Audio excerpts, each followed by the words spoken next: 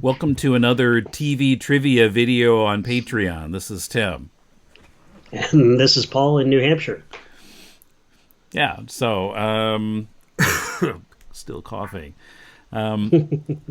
So this And time, still wearing Marvel Comics T-shirts to a DC show.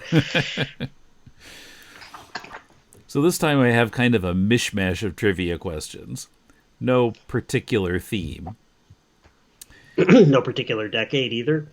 Kind of 70s, but there's some 60s in here too. Okay. Well, that's familiar territory, even if the questions themselves are completely unfamiliar to me. Yeah. Other than Seinfeld, you're probably not going to hear any 90s questions on this video series. Because I completely missed them sitting here in Japan. Well, you know a lot about the 90s in Japan. It's just that I would never be able to come up with any answers to your questions if that were the topic. Okay, so first question. A few months ago, on the Comic Book Central podcast, there was a series of interviews with Electric Company cast members to mark the 50th anniversary of that show. Imagine that, scheduling the show to mark significant anniversaries. Instead of accidentally stumbling upon them and falling flat on our faces. Yeah. Skip Hinnant, in his interview, revealed that he'd kept an important piece of on-screen Electric Company history. Which item do you suppose he kept?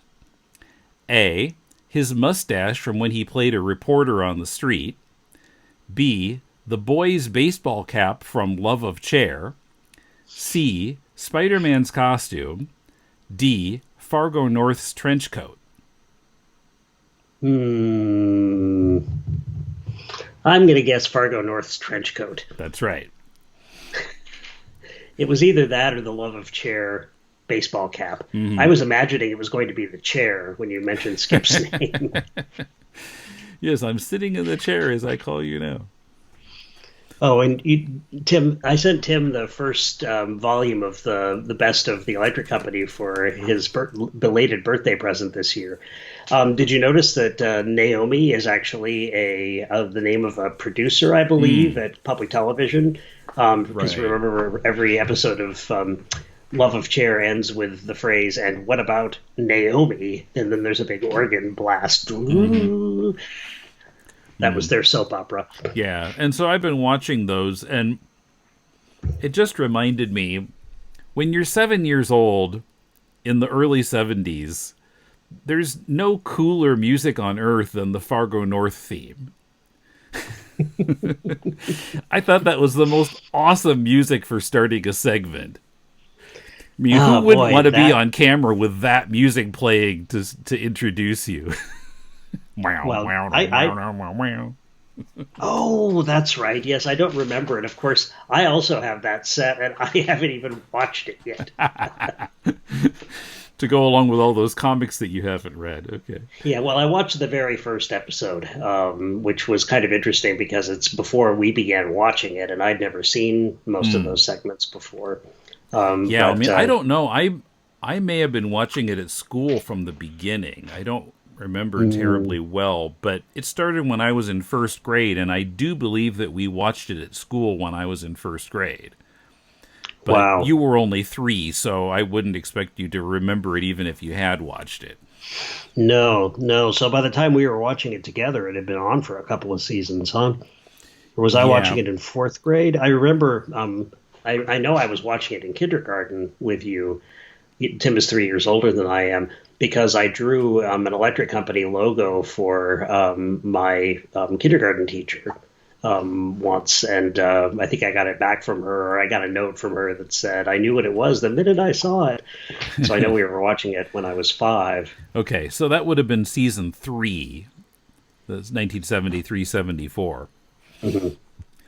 Okay, speaking of Skip Hinnant, by the way, he appeared in 6 episodes of which 1960s sitcom? A, Dobie Gillis. B, The Patty Duke Show. C, My Three Sons.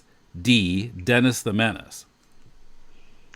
You know, I've heard something about this recently, weirdly enough. It's amazing how our minds apparently run in the same, parallel tracks that keep us interested in looking up similar things.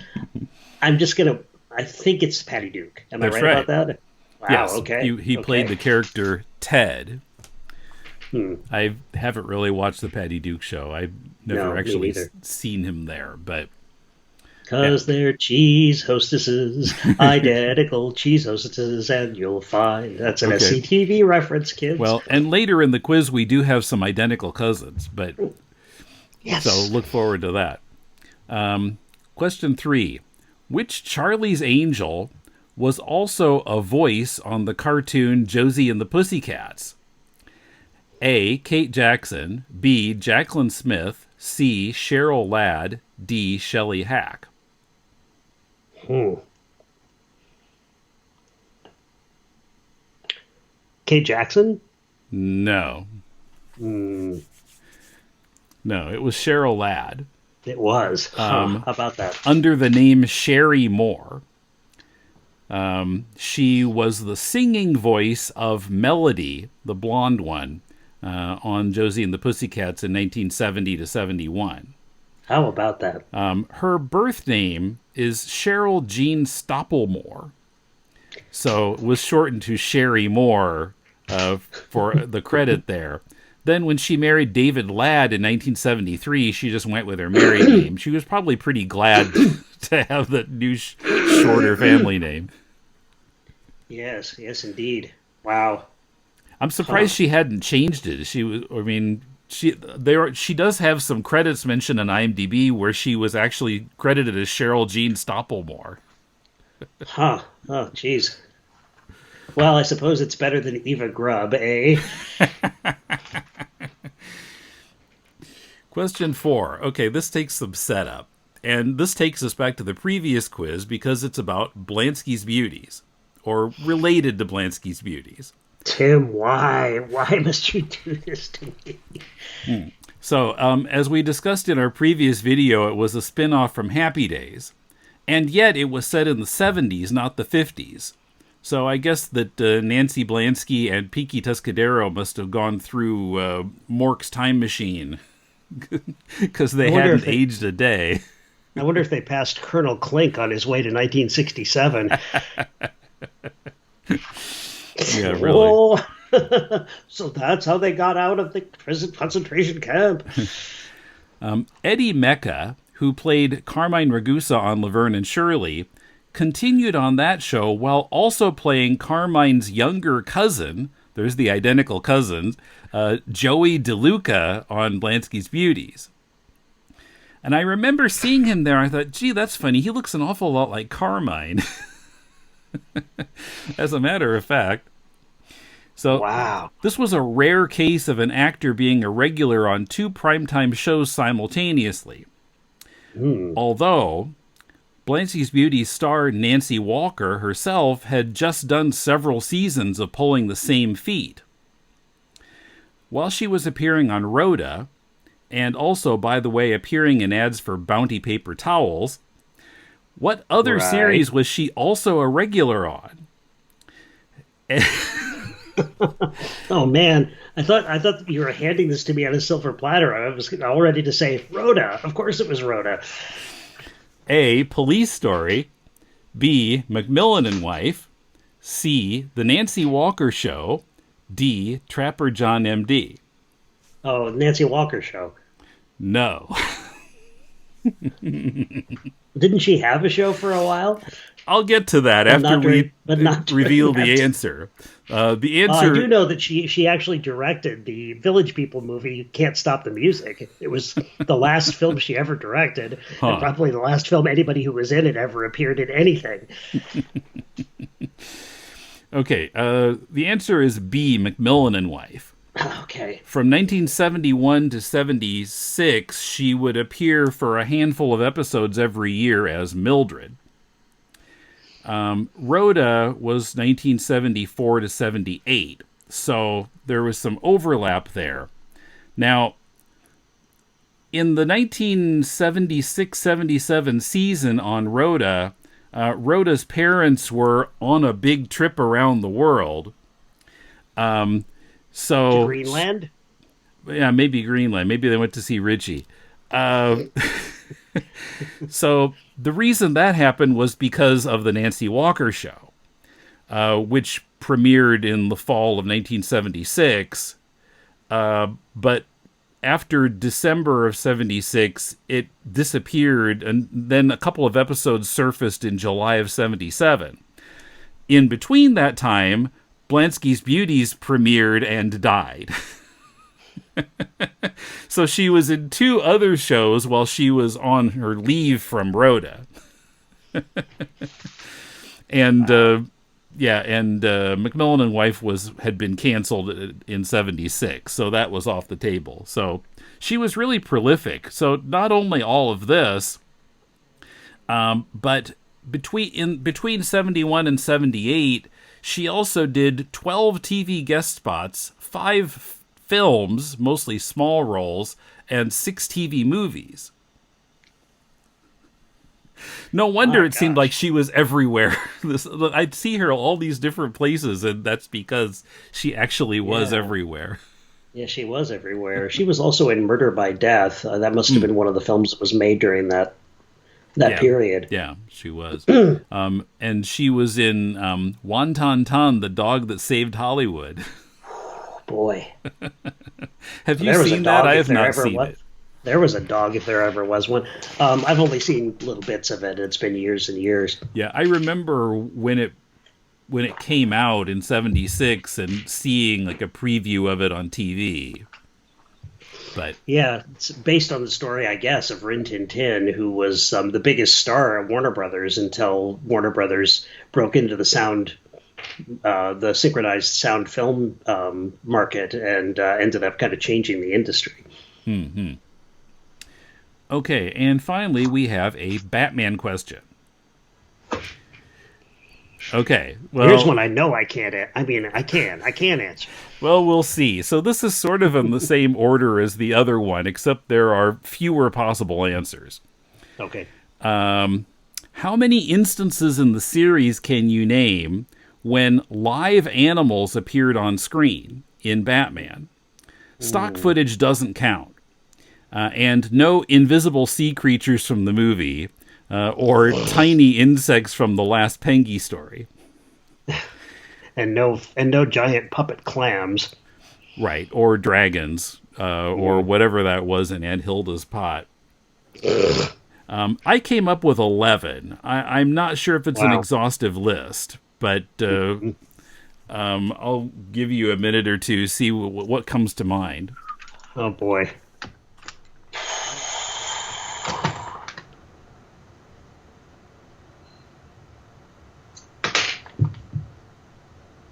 A live animal, eh? Yeah. Man, so far I'm only coming up with 3. Isn't that awful? Well, what have you got so far?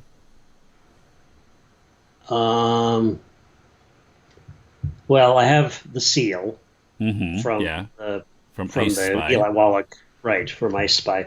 Yeah, I have Isolde. Yes, I have horses from the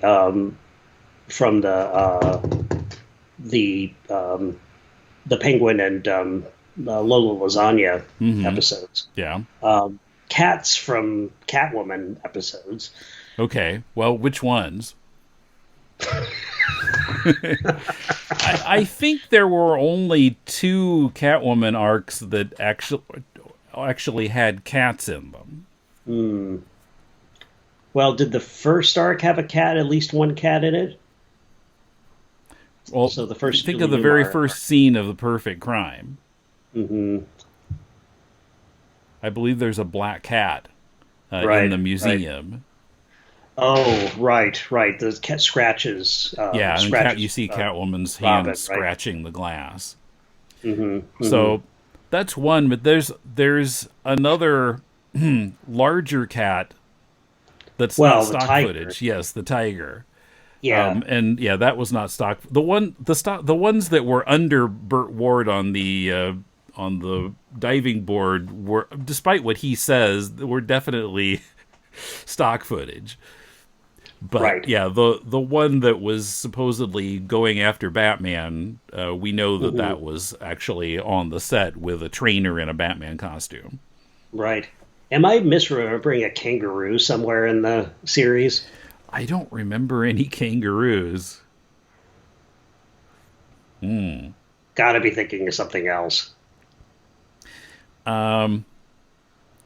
Okay, and there's one other Catwoman cat that I thought of. Is that one of the Eartha Kitt episodes? Remember, I went into a whole spiel about this cat. Oh, right, of Yeah, course. Orangey. Yes, good old Orangey. Right. Yeah, in Okay. the Funny Feline Felonies. Or Orangey, who belonged to Benji's trainer, correct? Yeah, Frank In. Hmm. Okay, so that's 1, 2, 3, and the horses in Penguin 4. There, I'd love to know if any of our patrons got all 11 that Tim is thinking of before Tim reveals them. there are other horses.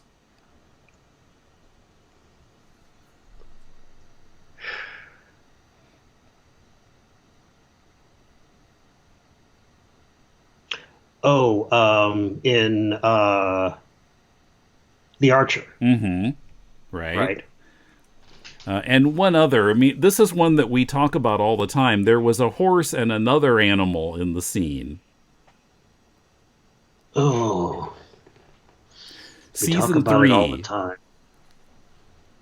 Mm, we talk about it all the time. If we talk about it all the time, why can't I think of it? Oh, tell me. It's too late for Olga, me. wait for me. Oh, Olga, the yes, burro, yes, right, and the horse that yes, Olga is riding on. of course, yes. Oh, sigh. Vincent Price making an ass of himself. Okay, so I still have 4 more. Oh my goodness, And all of them are in season 2 as it happens. that's interesting. Any dogs? Yes. But when? When was there a dog? It's a very small dog. Oh,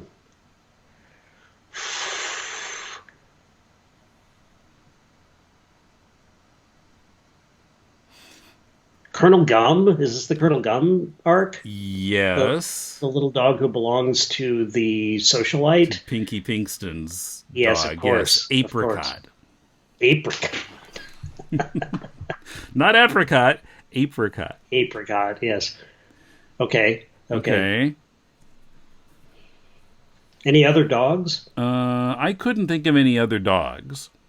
Okay. Um, Any primates?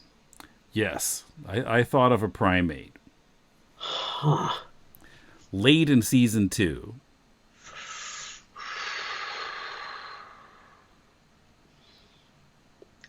Carolyn and I just watched Being John Malkovich recently, and there's a there's a chimpanzee who has like a sleeping disorder or something. That's all I can think of.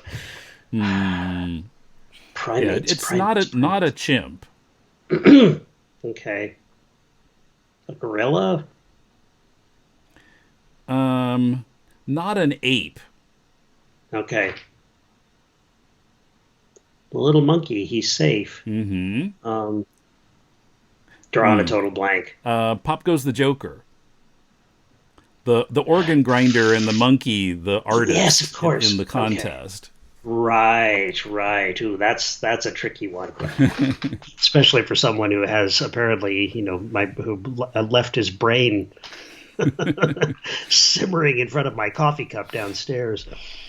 And I'll go ahead and put you out of your misery on these last 2. Thank you. Thank you. So now I had to watch this to make sure that it wasn't all stock footage.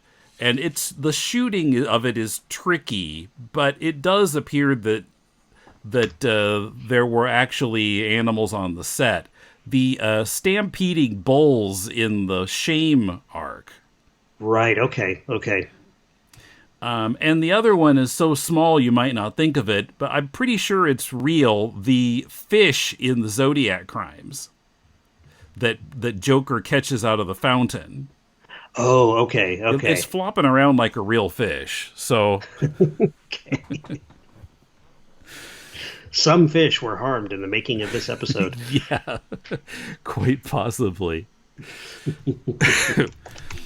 Right. So, yeah. To recap: Apricot, Stampeding Bulls, Black Cat in The Perfect Crime, Tiger in The Perfect Crime, Isolde the Seal in I Spy, the fish in Zodiac Crimes, Monkey in Pop Goes the Joker, the horses in the Penguin horse race story, the horses in Archer, Egghead and Olga's rides, and Orangey. Okay. Yeah. And wow. now that we're edified on that, that's all of my questions. So it's time for me to go collapse and take some fish oil to attempt to improve my memory for next time. Okay, so see you next time. Oh, those were good, Tim. Boy, am I humiliated.